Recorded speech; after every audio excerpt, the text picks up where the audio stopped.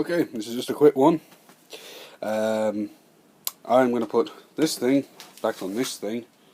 This is the engine out of that Mini. Gearbox came back from the fitters. Did a really nice job at a reasonable price. If you haven't read the blog already, the story with this thing is that it started grumbling an awful lot when you were on the power, and searched on some forums, asked a few questions, and basically, yeah, the bearings inside a shot. So I did actually replace the final drive bearings, yep, to no avail. Did diddly squat. So, thought, right, fuck it.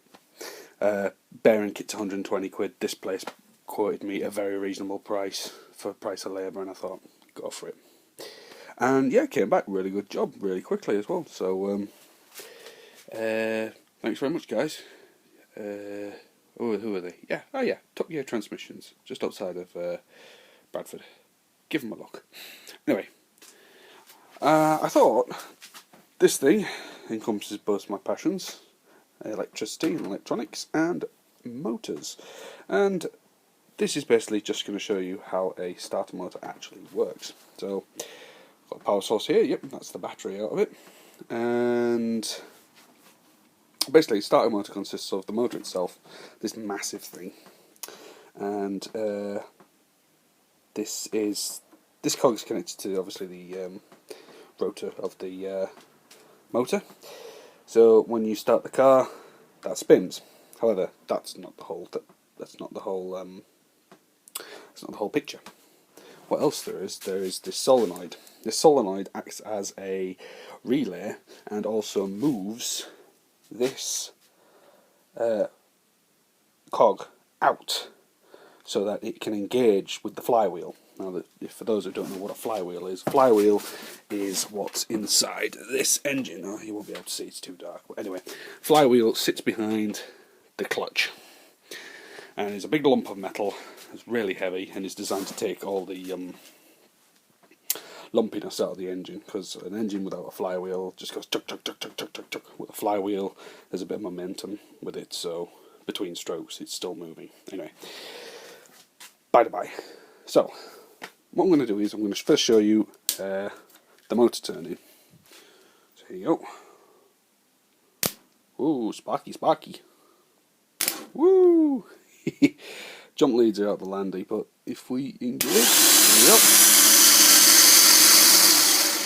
Right, so that's turning that roundy.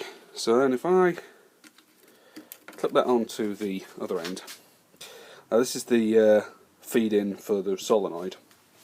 Now what happens here is that when I put my wire on there, this is going to move forward and then spin, because it acts as two things. It acts as a contactor to complete the circuit for the positive to go to the negative.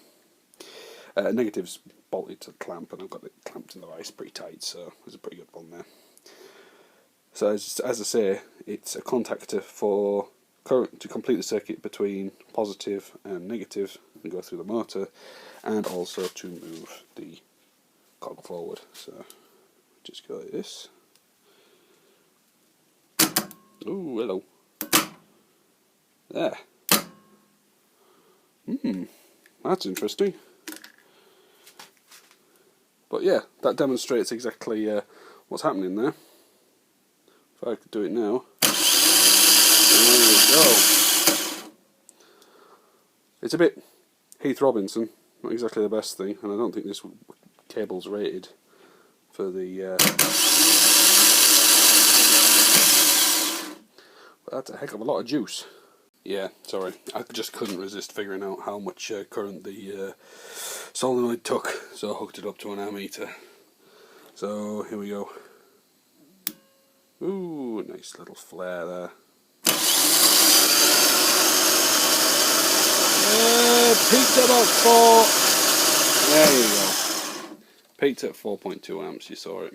These things need to turn over 4 cylinders and compress all the air and petrol in them. So as you can see, you can understand it needs a lot of power.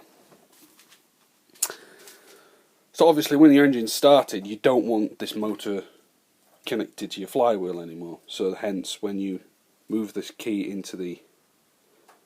That's why the ignition switch has a spring position. So you spring it, it does that, then you return it, the cog goes back into its little hole. And that's the ins and outs. So, yeah, perhaps you've learned something today. Right, in the meantime, I've got to screw this back on. Catch you next time.